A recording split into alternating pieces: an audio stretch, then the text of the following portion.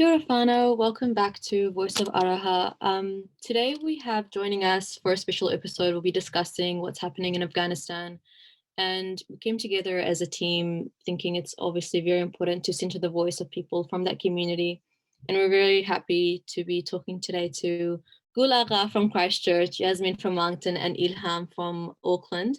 Welcome to you all. I think we'll just start off with introducing yourselves, telling us a little bit about you, and then we get started talking about Afghanistan. Ilham, would you like to go first? Hi everyone, my name is Ilham and I'm currently studying my master's at AUT. I came to New Zealand in 2005 as a refugee from Afghanistan, and I'm doing my master's in creative technologies. Thank you, Ilham. Gul, would you like to go next? Yes, kia ora everyone. Thanks for having me on the show. It's great to be with you all on the show. And Kudrian and Nargis, is that how you say your name? Well, thanks for having us. My name is Gulaga Alizada and I live in Christchurch, and I'm part of the Afghan community here. Yeah. Welcome, Yasmin. You? Hi everyone, thanks for having me on the show. My name is Yasmin and I'm currently studying economics, accounting and commercial law at Victoria University, and my family and I came here in 2009 and I'm part of the Hazara community in New Zealand. Thank you so much all and very warm welcome to you. Thank you for your time and being with us today to speak a little bit what's happening on back home. So we would love to ask you questions. Many people are watching through the media. We are seeing what's happening, but you definitely are much more close, that you have some contact about the families, about things, what's happening on the ground. Would you love to share with us what's happening in Afghanistan at the moment? Anyone could start, feel free. Yeah, I'm happy to go if no one else wants to volunteer. I'll just get rid of this message. Look, the situation back home is tragic. Obviously, we've all been witnessing the scenes coming out of Afghanistan, those scenes coming out of the Kabul International Airport. I think for any decent person around the world, not only in New Zealand, and not only for the people of Afghanistan, it's heartbreaking to see what's going on there. Families, children, babies, women, actually what they're going through. So as a whole, look, the situation back home was not any good even before, but now that the Taliban have taken over, the first worry for us, at least for myself and my friends and my community, the Afghan, the Hazara community in Christchurch, the first worry was, right, what's happening to our family and friends? Obviously, a lot of the Kiwi Afghans have got family connections back home. When something like this happens, that's our first worry is what are they going through? So we got in contact with them, and they were literally at the Kabul airport trying to get out. Luckily, one of my cousins, he's an Australian citizen. He was actually given the go-ahead to, it's interesting because he was told, so long as you can get to the Australian plane, we can bring you back home. He tried multiple times, but the fair share of crowd and the chaos that was there, each time he failed to get past security, get past the crowds and get on the plane. So look, it's really, really scary times. It's very concerning times. And it's so heartbreaking to watch it from far away and being so helpless. So I guess one of the things we're doing today, and thanks to you guys for doing this, is the least we can do is raise awareness, like you said before, and bring these stories out. I think for the moment, that's the least we can do. Definitely. And if any other one, if you guys want to add, it's about, do you think that also the internet or the connections in phone, is it cut in at the moment, or are you able to connect with them? Is it fine that way? So you're able to communicate with the families back home? Yes, we can. Luckily, communications haven't been cut off yet. We've been able to get in touch with our family members through, social media and calling apps. So luckily, we're still in contact. But as you can imagine, I think us sitting here, right around New Zealand, we can emphasize, even if it's they're our own families and the people of our country, we can say as much as we like that, we're trying to do things and we're emphasizing for them, but I can't imagine what they are going through on the ground. it must be a very different experience for them who are actually experiencing it, to us watching it from far away. But so far, communications have been going on. So the internet is at the moment not cut off. So let's hope it stays that way. What's happening to those people who are showing up to the airports but don't have foreign citizenship, like with Australia or New Zealand or America? What's happening when they show up to board a plane? Right. Does somebody else want to jump in and join the conversation for that question? Or look, what's happening at the moment is because of the extent of how desperate people of Afghanistan are, everyone is trying to get out of the country however that's possible, wherever that might be. They just want to save their lives and those of their families. A lot of the people without any passports, not even internal Afghan passport or tazkira, which is a citizenship certificate, as we say, they don't even have the right internal paperwork, let alone any sort of documents that would show they have some sort of connection with the Western world or any other country, are still showing up. And that's because they're so desperate to get out. What is happening is, it was great that the Western nations, including our own New Zealand, put up their hand and were one of the first ones to say, look, we're going to evacuate our own citizens and residents immediately, but also we're going to evacuate and resettle those Afghans who had worked alongside the New Zealand government and the New Zealand Defence Force. So this was a very welcoming news to my community and to the Afghan community around New Zealand. So those, I would say, are the lucky ones to have that window of opportunity to get out. Even that is proving to be difficult. But as you say, Afghans are flocking into the airport, trying to get out. And you saw the scenes around that airplane. I don't need to give details. I think we've all seen those scenes that show how desperate the situation is in Afghanistan. So you're right. My heart breaks for those who have got no means of getting out. So you just wonder what will happen to them. And as I was speaking to a family member just minutes before our call, for days and nights, people have been camping at the international Kabul airport, and you just wonder what will happen to these, thousands of Afghans who want to get out, but maybe they won't have any chance because they don't have those connections. So it's very, very concerning times. It is. It's really it is, and especially so we are seeing the photos. It's breaking our hearts. So how imagine for the Afghan community itself. I want to ask a question. Maybe we can start going from Auckland to Wellington and Christchurch, getting your opinion. What are you hearing with the community here? What's happening with your community in your area? If you are in Auckland or Wellington and Christchurch, how is the feeling of the families? Any kind of support is available around your area or in your city at the moment? Ilham, if you want to go start, just open the microphone, please. Cool, now it's good. Yeah, just before lockdown happened for level 4, we did have a protest in Auckland. We did have a lot of people from the community come in, which was really good to see the protest happening. And the thing is, right, that I posted a video of the protest on TikTok, and I received a lot of hate comments for the video, saying that protests don't do anything. Like, if you really cared, why don't you go back home and like do something about it? Why don't you like donate everything you have to it? There was just a lot of hate comment around that as well.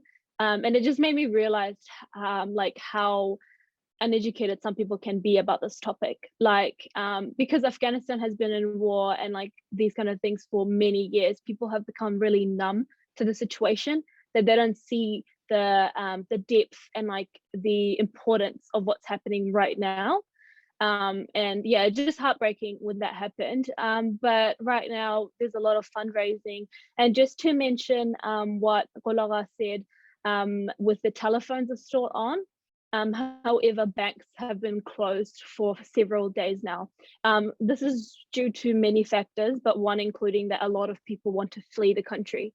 So they want to withdraw all the money that they have in the banks so they can like, you know, move on. But the banks don't have that much money to obviously give to everyone that wants to withdraw. So that's why they've been like closing the banks off, and doing so. By doing so, they can like buy time basically. And so a lot of these donations are still sitting in the accounts. So they haven't been they haven't been like received by the people at all in Afghanistan until the banks reopen. Yeah. And Yasmin, how about you? Anything you hear in the community here in Wellington? In Wellington, I think the community leaders came together and told everyone to gather all the family members that they have, their names, their ages, the families that they have back in Afghanistan, so they can take all the names and convince the government somehow to bring them in. But I don't know how likely that will be. So my family, because I do have my uncles and my aunties that live in Afghanistan, we did, you know, get their names and all the information. But we'll see. I think so far that's the only action that the Wellington leaders have taken. But yeah, there's like a lot of, I mean, COVID happened at the worst time as well. So we haven't really done any protests or anything like that. Yeah, I mean, I myself have been sharing a lot of fundraising and posting a lot of information just so people can, you know, raise awareness, yeah, about the situation. Yeah, and you're right. You mentioned something. We have many who are New Zealand citizens from Afghan community who are stuck there right now, who, you know, for some reason they went there to improve this immigration, the policy that we have about to improve they are in marriage, either with their husband or their wife, which currently this situation happened, and now it's really worrying because the New Zealand government I think it's also a warning sign to the New Zealand government to rethink about when asking our refugee background people to go back to their home countries, you know, and until their application of this to be approved. Something is just bringing to the mind because happening with other nationalities, always telling them this question.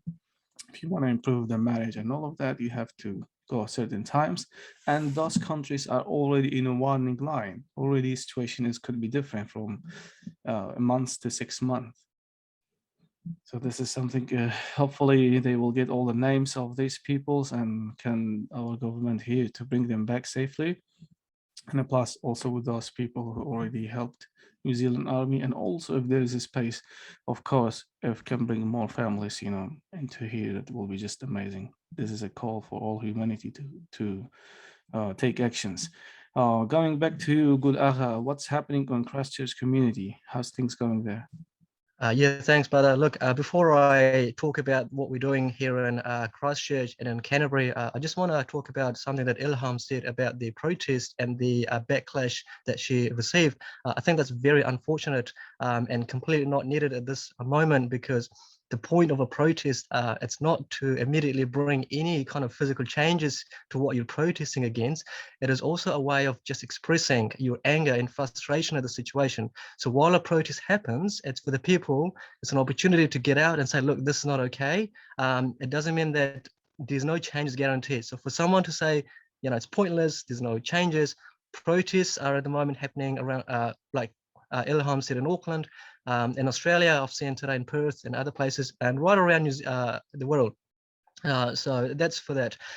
Secondly, so coming back to Christchurch, so as the rest of you pointed out, the first thing we did here as a community, we met up with the local MPs and decision makers and said, look, this is what's happening in Afghanistan. There's a lot of Afghan Kiwis here in New Zealand that have got huge concerns for their family and friends, more so for their family members. Look, while the situation is shocking for the whole people of Afghanistan, and we truly understand that, but as a human being, when something like that happens, everyone on your mind, the first thing is your family and friends. So we've had meetings with Minister Megan Woods, with MP Ibrahim Omar, and also Duncan Webb, who is a Christchurch local MP, and they said the same thing. They said, look, we're on your side. While we cannot promise that the government will do anything further than what they have already said that they will do in terms of actually bringing your family and friends here. However, as a minister, I can encourage your community to gather as much information and existing applications that it's sitting with the Immigration New Zealand. And if we can put those forward to the immigration and also to the New Zealand government, that they can hopefully consider those as well. And that's what we've been doing. From a community point of view, but also we've been really grateful for helplines that have been set up, any Afghani in New Zealand, Christchurch or anywhere, if they've got fears and they are psychologically, if they are struggling to come to grips with what is happening and they need some sort of mental support, there are numbers around for people to call. And there are also multiple numbers that have been provided to also pass on to the Afghanis in Kabul and Afghanistan. Any New Zealand citizen that are wanting to get out can contact those numbers. They are like the New Zealand embassy. I'm not sure if we have an embassy there, but anyway, the consular support. So internally, meetings are happening. Sorry, can you hear that beeping? Sorry, that's just spam on my laptop. I've just stopped it. Sorry about that. My laptop has been spammed these days and I'm trying to get rid of those.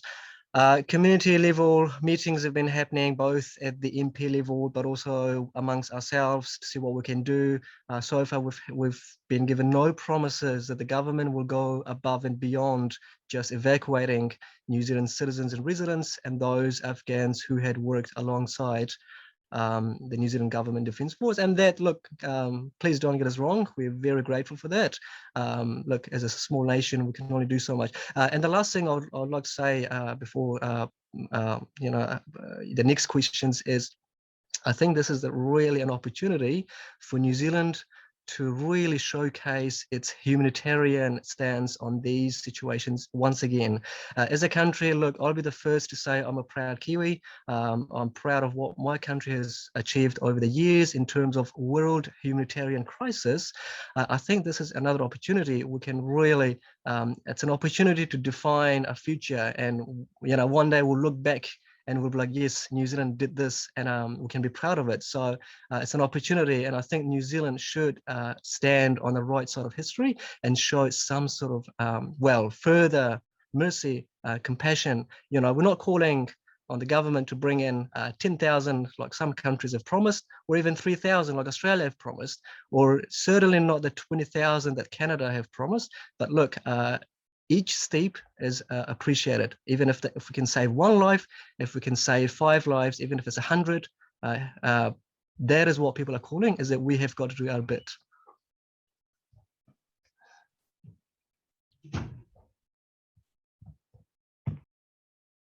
Could I go?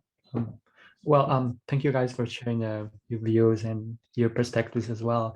As normal New Zealanders, what could we do to actually support the cause? And you were talking about fundraising, talking about protesting as well. But what can we actually do to support the Afghan community as normal citizens that don't have power? Yeah, just going off of that, it would be just great for you guys to share, and I think we can also put this in our post when we upload this episode, is whatever resources, whether it's writing to our MPs or donating to specific agencies in order for New Zealand to go above and beyond, because as you mentioned, there are countries that are taking in thousands of people, and while New Zealand may not have the capacity to take as much as them, we do have a capacity to help people, and we do have responsibility to protect people and take in who we can. So I think it's important that we share those resources for to show how can everyday New Zealanders be better allies to the Afghan cause.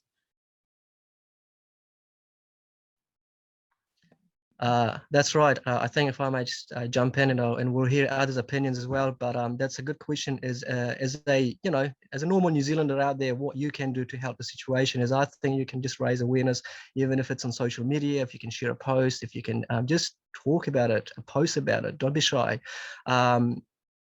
if we can gather as much awareness as we can locally and nationally, each one of us are capable of creating massive changes, and changes that happen in a country come from grassroots. It's people like us. Each one of you that have appeared in today's show, it shows that you are amongst the powerful and amongst the active ones, amongst the youth, amongst the communities. It's great that we're here, but also we need all our other brothers and sisters, don't have to be from the Afghan background, to just voice your stance and say, look, this is not okay. What can we do? Can we do more to help? Ask the government, write to your local MP, write to the Minister of Immigration, write to the Minister of Foreign Affairs. And that's what we can do from far away. That's what we can do. And look, that's not a small thing. We can really be leaders of a change in a situation like today, where it could be Afghanistan today, it could be another country tomorrow. It's not about one country or the other. I think that we can be the leaders of change, however that small or the big change might be, but what's important is we don't stay quiet, no matter what your background is. Definitely. Alham, you want to add something to this? Yep, just adding on to what Volara said about writing to your MPs, there's several scripts that I've found as well that I've been sending to MPs, and we can link it into the post as well. And also, once lockdown finishes as well, like just attending the local protests that's going to happen, or if the situation in Afghanistan worsens or if it still carries on, then I'm pretty sure there's going to be a few other protests happening. And just be educated on the topic. Like some people just make assumptions, and I think it's really important to actually learn and understand what's happening rather than just assuming, oh, okay, because there's a lot of people that are pro-Taliban, but they don't really know what's behind the scenes of the whole what's happening in Afghanistan. And I think that's really important for them to understand and also share that with other people as well. And donate, even as little as $1, $2, $3, it will add up. Like donations are so important, and it will reach them and they can use it for their necessities. Now women in Afghanistan cannot work. These ladies, maybe they're solo parent, they're single or something, and they won't be able to go and work. They won't have any support. There's no government anymore. So this $1, $2, $3, like it will reach them and they can support their children. Like I've seen a few videos online about families gathering at the borders of Turkey and Pakistan or something, and they were literally handing their children to them because they knew that they have no hope in Afghanistan. They know that the future has no hope. And I think that a lot of people don't understand is not only are Taliban killing people, but some people literally would prefer death over someone taking their freedom away. There's several women that are just, they've studied their whole life and now they're like, okay, it's going to waste. Like, what am I going to do with my life? Taliban are taking girls as young as 12, to take as sex slave, basically, to members of the Taliban just to marry them off. Like, there's no future, and like, we need to unite. And I think the power, the people power is so important. I think that, it plays a big part. Like a lot of celebrities and these organizations that are all like, oh, we will change the world. Like they've been quiet about this topic. They've been really quiet about this topic and they're not saying anything. And I think once, people unite and like actually speak up, then they will understand, okay, now we have to do it as well. Like it will create change. It's like there's a saying that, like a droplet turns into like a wave, and like, it's like this effect, ripple effect, like, if you get your whole community involved, you get the wider community, and then it's so on, builds until you actually create a movement. And like, I don't know, but the source of this is that Hazaras are being taken to camps by the members of the Taliban. And I think this little Holocaust is happening all over again. It's not little, but like it's happening and no one's talking about it as well. And I think that history is just repeating itself. So if you really want to, be part of that movement, you need to speak up. You need to make that ripple effect now. Yeah. And Yes. no, just go ahead. is Yasmin and Ilham, you guys mentioned the Hazara community, and we know historically this group has been persecuted more than anyone else in Afghanistan. Did you guys want to talk more about how obviously now that the Taliban has taken over, how those issues have exacerbated and what fears and realities those people are facing now in Afghanistan? So yeah, as you guys may know that the Hazaras are targeted by the Taliban because they're primarily Shia Muslims, as opposed to most Afghans who follow the Sunni sect of Islam. And I think the killings that's been going on only represent like a fraction of the death toll inflicted by the Taliban. They only show what's been happening in Kabul mostly, but in rural areas they've cut the mobile phone services, and they've been controlling which photographs and videos been shared by the regions. So the discrimination against Hazaras have been like a long history, and putting into perspective, last time the Taliban's took control from 1996 to 2001, in 1998, they carry out a mass genocide against the Hazaras, killing over 10,000 of people in just a matter of 72 hours. So I think the Hazaras and other minority groups in Afghanistan are, they could face the mass genocide again. And like, as a Hazara myself, we are really worried about what will happen to them. Yeah. It is. It is always worry when all minorities always pay the price when something go in those countries. Ilham, you mentioned about there's a lot of celebrities and a lot of these people who are silent in somehow.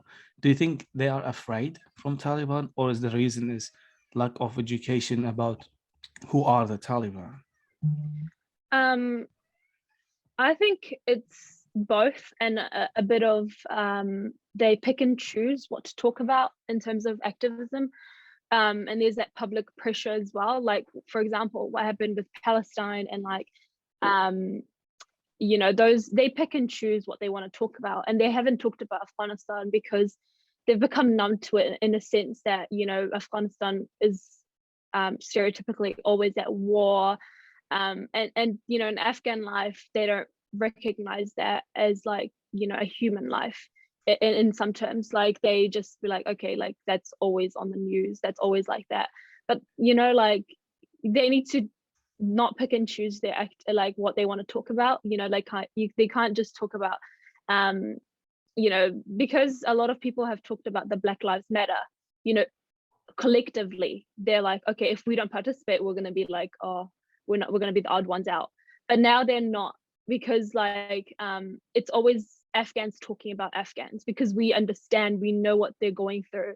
And I have just not seen, and like just recently Angelina Jolie created an Instagram page dedicated to this movement. Like, I haven't seen any other celebrity or any other organization talk about like this. Maybe like one post, but that's it. And it doesn't even prove anything. It doesn't show anything. It just like a quote or something. And a lot of people just pick and choose what they want to talk about, and like it's not a trend. This crisis is not a trend. You're not supposed to pick and choose just because everyone's talking about it, or like if you don't talk about it, like you're going to be the odd one out. You need to care. Like, that's the whole purpose as well. And just to speak on Yasmin about the Hazara movement, I don't really have a lot of family in Afghanistan now, but my heart just aches for everyone there. And like, I knew someone who was from the United Kingdom, and she went to Afghanistan just recently. And her videos, she took videos in the car, and Taliban were around her basically, and she posted it online. And I tried to contact her for several days after that, and no response.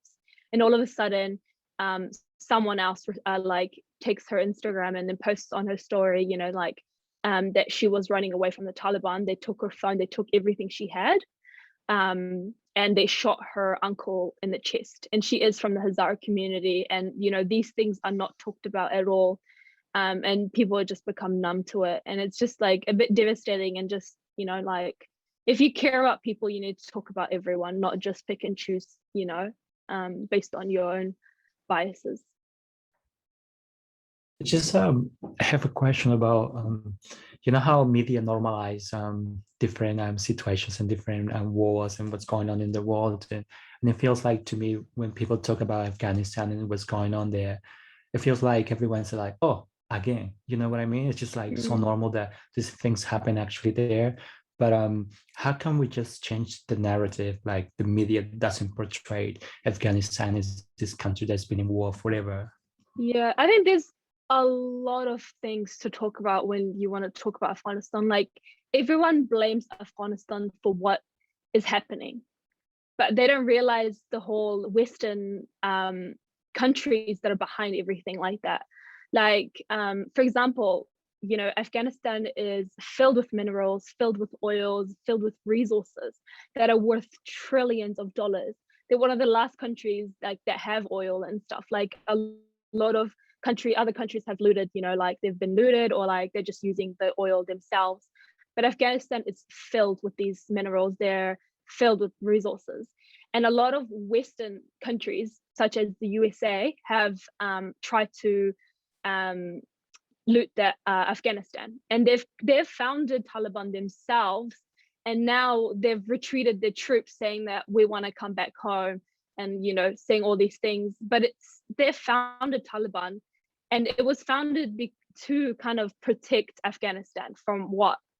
And yeah, it's just changed the narrative. Like, you know, Taliban have been founded to protect. Now they're just you know, using Afghanistan for their own terrorism acts and stuff, whatever. But it just hurts that people don't take responsibility. Like, they're like, you know, these huge Western countries are acting like little kids. Like, they're not taking responsibility for their actions.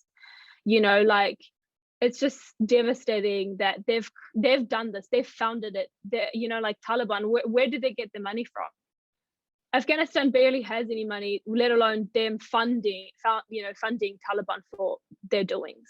They have the latest, you know, machine guns and you know, tools and stuff to raid, you know, places.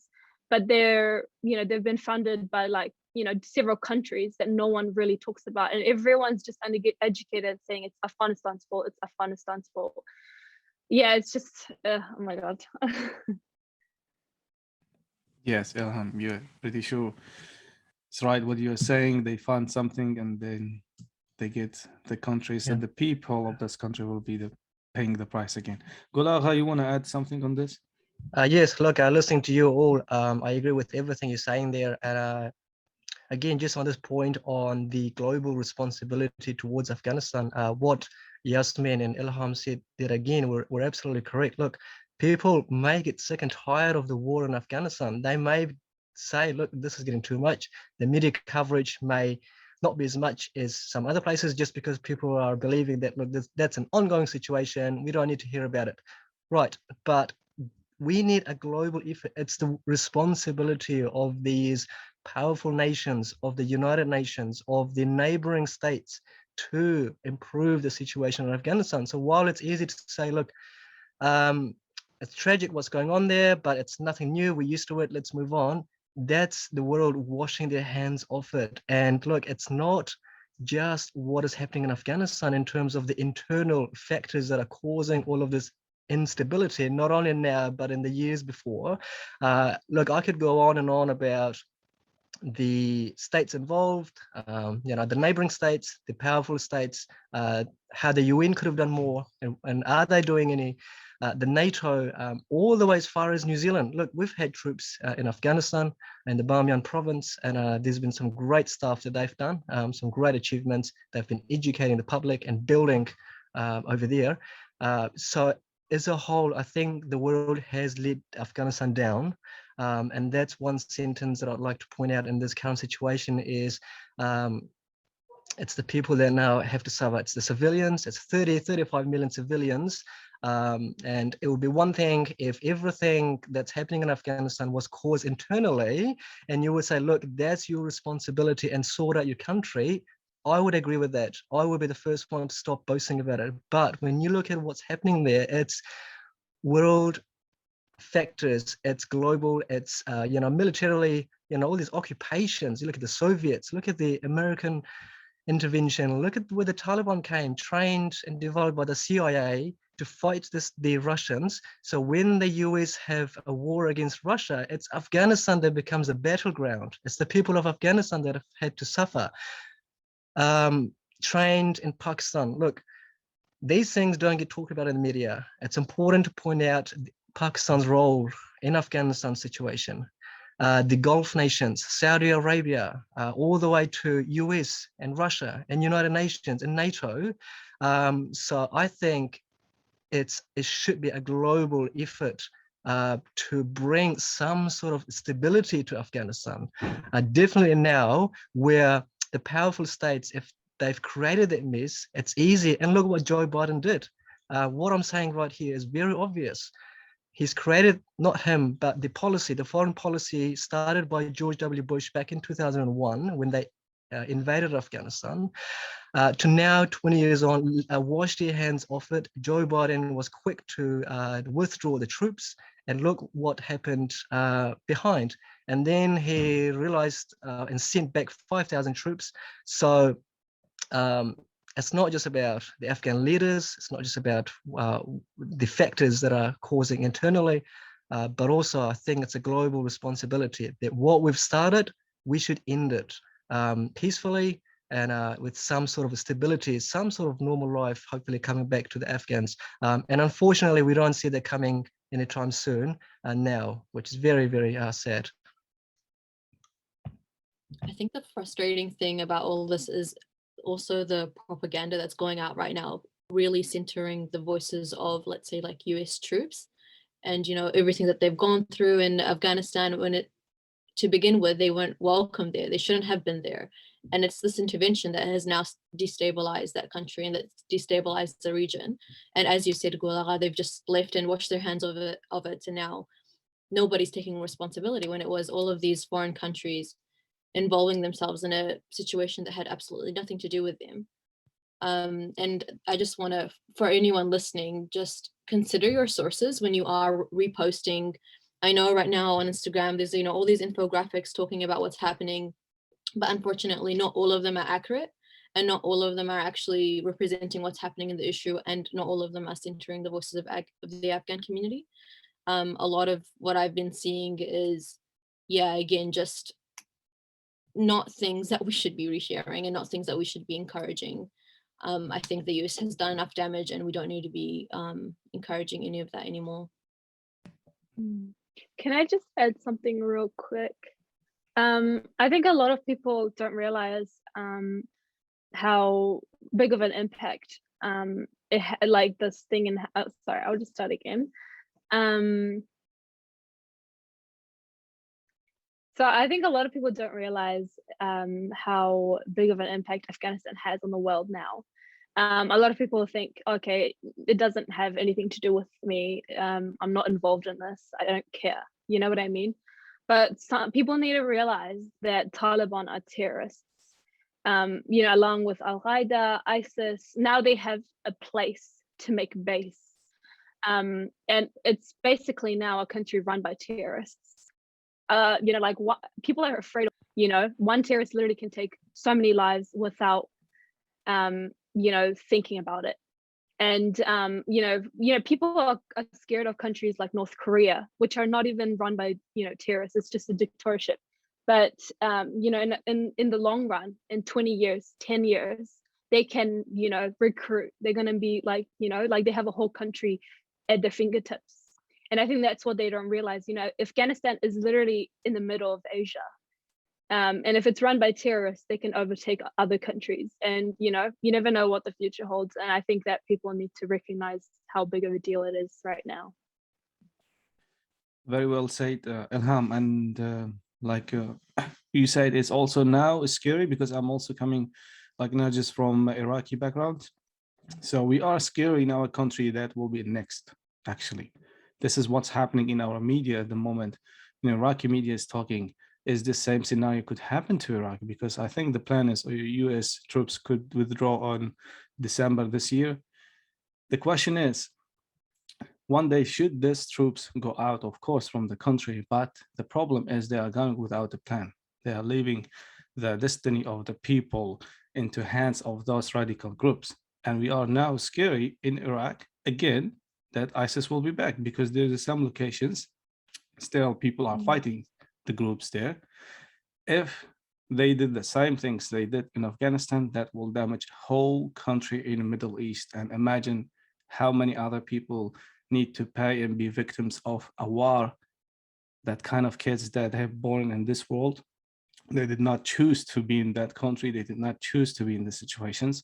And we pay the price of mistake of those powerful countries who that talk about the name of democracy. At the end of the day, then they put us into situations where we face it, and actually they don't do anything. I mean, in terms of invading 20 years and development and all of that, then the destiny of people has been unknown. What's really sad situations.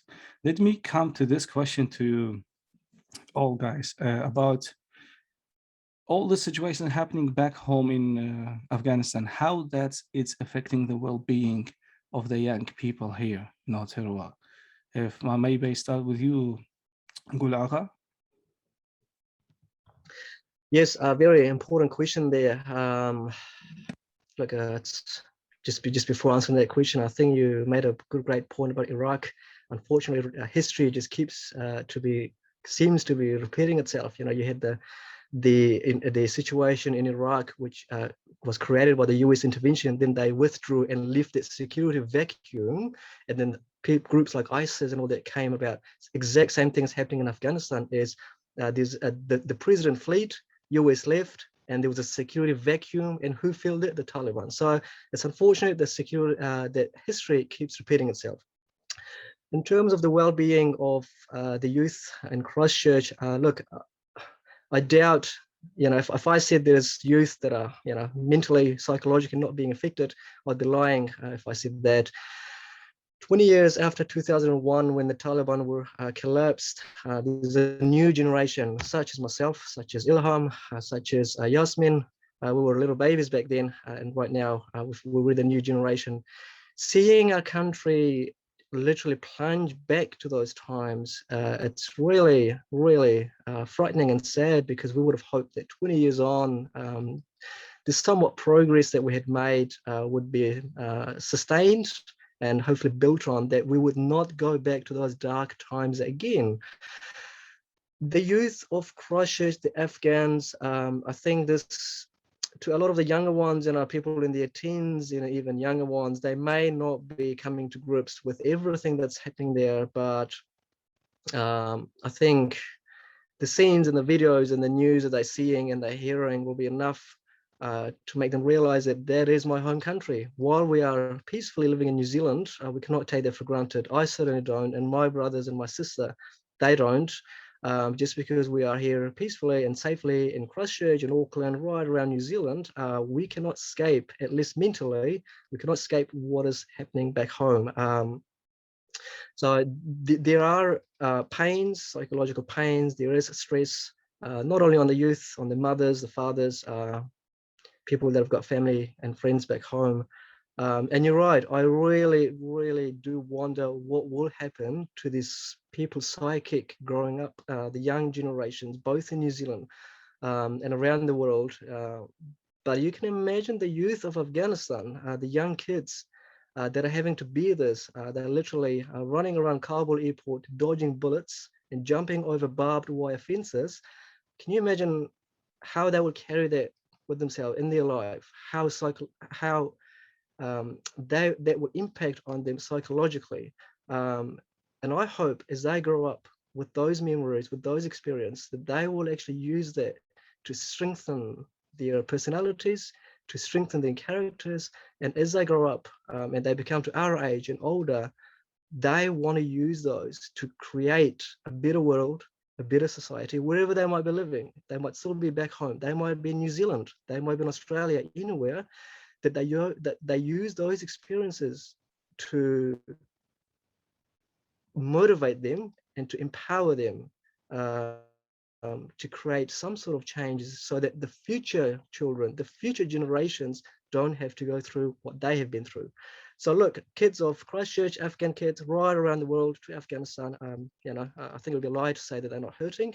That they definitely are. And we've been getting a lot of contacts from families, from children, from adults saying, look, the ones that are probably not very fluent in English, say, asking us, look, what's happening? What's the New Zealand government doing? What's the immigration doing? Can you update us? And literally, we're lucky we're in lockdown. We can actually attend to these phone calls, that we can just give them some sort of peace of mind that, look, the government is looking into it without giving any promises, because the government hasn't given us any promises. So we don't know what they will do. So definitely a sad moment for the youth and everyone else. Sure. Yasmin, you want to add to that about how the youth feeling in Wellington? Yeah, so as a youth, myself, as including myself, I felt very helpless. I mean, I talked to my friends back in Afghanistan, and like Gulaga mentioned, you know, they ask us if there's any hope for them to come here one day, and it's really heartbreaking because I always like put myself in their shoes. I'm like, you know, that could be me, and unfortunately, there's not much that can be done. And there's like intergenerational trauma that we carry. You know, the stuff that happens in Afghanistan, our parents, we see them, you know, because of Taliban's, they fled, and that's happening again. So we have to see our parents, you know, literally crying because of the situations, even though we didn't really see the impact ourselves as a youth. Like our parents came here a few years ago, so we didn't really how do I say that? like Maybe by your eyes. I completely forgot what I was gonna say. Yeah, so the intergenerational trauma is a big thing that we do carry as a youth. But there were really some really good points that Gulaga mentioned. Yeah. Yeah. No, you're right. It's always is difficult when the parents have experienced it, the lived experience in that kind of situations, and now you see it's happening, and you growing in as a country, you want to do something, you want to know about the roots of the country you come from, and it's just a different experience what you're facing, that someone who is from this country, but there's nothing in the hand you can do. Thank you for sharing, Yasmin. We go to Ilham. How about youth, including you in Auckland? How's things going for them? Just adding on with what Yasmin and Gulaga said, with the intergenerational trauma, like I've personally seen it through my, you know, grandfather and my family as well. And back home, a lot of these mental health issues are actually not talked about. So a lot of people don't know what kind of mental health issues they may have, and they don't really look for resources in that sense as well. And you know, before the Afghan-Soviet War, Afghanistan was one of the first class, you know, countries. They were advanced in basically every, you know, corner of society. And you know, like them being raised up and being through all this war, and now that, you know, after the first Taliban takeover in early 2000s, now up from there until now, like Afghanistan has tried to restore itself. And now that, you know, Taliban's been taking over, it's basically taken them back to the first place, you know, that first step. You know, all these years, 20 years is all wiped out. And in one of Khalid Hosseini's in books, The Kite Runner, he mentions Afghanistan has a lot of children, but no childhood. And I think that's really, you know, that quote has such a strong meaning, because a lot of children don't really have childhoods there, you know, because of the results to war. They've had to be the providers, the breadwinner of the family. And there's a good movie directed by Angelina Jolie, and it's called The Breadwinner. So I advise everyone to watch that. It's on Netflix. It just highlights a bit of what some of the youth in Afghanistan faced when Taliban was in power. And you know, with lockdown and everything, I've seen a lot of youth in Auckland being posting up about what's happening in Afghanistan. And there is a free counseling service, and you can call them through 1737, I believe. And it's basically a counselor that you can talk to if you feel pressured. But again, there's only so much we like youth can do. And I think a lot of people blame themselves for what's happening. And they, you know, like with what Ola said about being grateful and stuff, like we do feel grateful, but we kind of feel guilty for having this luxury. Like we, you know, like things here that we find like it's normal, like for example, a simple bus ride, a simple walk on the street, like we take that as a advantage, but it's actually privilege to those back home. And I think a lot of youth here are feeling guilty about having that that pleasure. Cheers to you. Thank you. Just mention on the time. Team, do you have one questions, or we can give the mic for them message? Luis? I do have a final question. You guys have been mentioning about the war in Afghanistan, pretty much like with the US invasion, it started 20 years ago. What has changed? That's my question, because like we can see all the infrastructures and things, and it seems to me like everything is gone right now. But you guys mentioned that you have this new generation that they kind of like have a different mindset, that they don't want to go back to the old days. What is the life of this generation back in Afghanistan? Yeah, very good question there, Louis. Look, 20 years of the international presence in Afghanistan, both militarily, but also on the grounds, developing and educating people did result in positivity. It brought about quite a bit of civil rights progress. Women's rights were reinstated, children's rights were reinstated, and also the general public, especially the youth, were able to attend school and get educated. Because I think, as you may be aware, during those Taliban times, girls couldn't go to school, women couldn't get educated. So we've got 20 years of a younger generation, both girls and boys, that are educated. It's very interesting. I've seen videos on social media where the youth are literally throwing away their university degrees and papers in protest, in frustration, saying, look, I've worked hard for 20 years to get educated, to get a university degree so that I can help myself, so that I can help my country. Now that the Taliban have taken over Afghanistan again, everything is showing that they will go back to those 1990s and early 2000s where people couldn't go to school, girls, democracy wasn't there. It was the rule of gun. As you see at the moment, the Taliban already on the streets, they're rolling with gun. You see the AK-47s and they're lynching people. So what happened in that 20 years? Look, the Afghan generation, the Afghan public could be satisfied with the civil rights progress, not political. Let me differentiate between the two.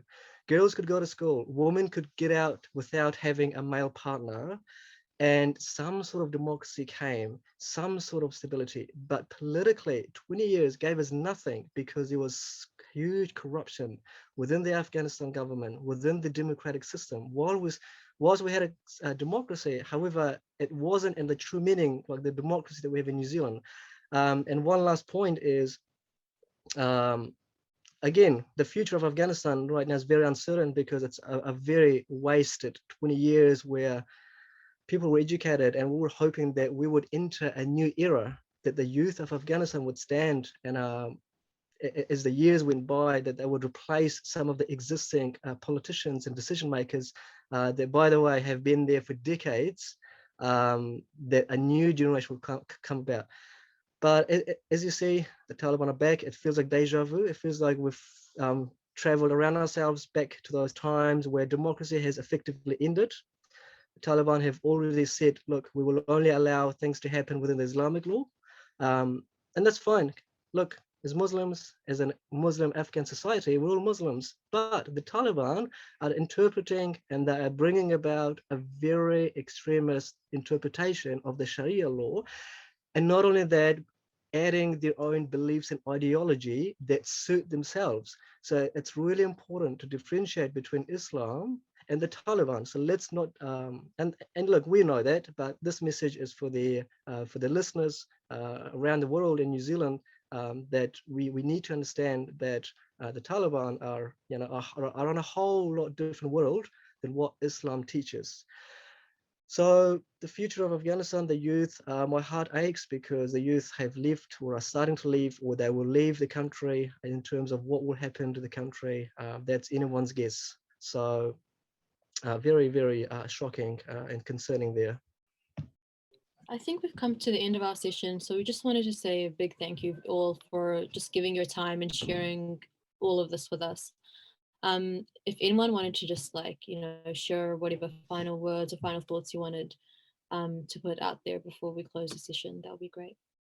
All right, I guess since no one else wants to pop in, look, I'll say thanks to Kurdian, thanks to you, Nargis, and Louis for organizing this. Look, we really appreciate this because more than any other time, our people need our voice to be heard now. And also Ilham and Yasmin, thanks for joining in. It's really great to see fellow youth right around New Zealand being active voices. And often it's tragic that it takes a tragedy like what's happening in Afghanistan to bring us together. But I guess on the bright side, it's really delightful to see people like Ilham, people like Yasmin, and yourselves for being the activists and the voice that our people need. So thank you to everyone, all of you, for doing this. Thank you so much, Gul Agha, and thank you so much, Ilham and Yasmin. Thank you so much for joining us, and thank you so much, Nargis and Luis, for co-hosting this episode. And for the listeners out there, thank you so much for listening, and hope you have heard from the voice of members of Afghan community itself. There was a really good corridor out there. They have answered very clearly with their heart about the situations and about the things that's happening there and needs to happen, and need to everyone's take their actions, do something. Thank you for listening, and we will catch up.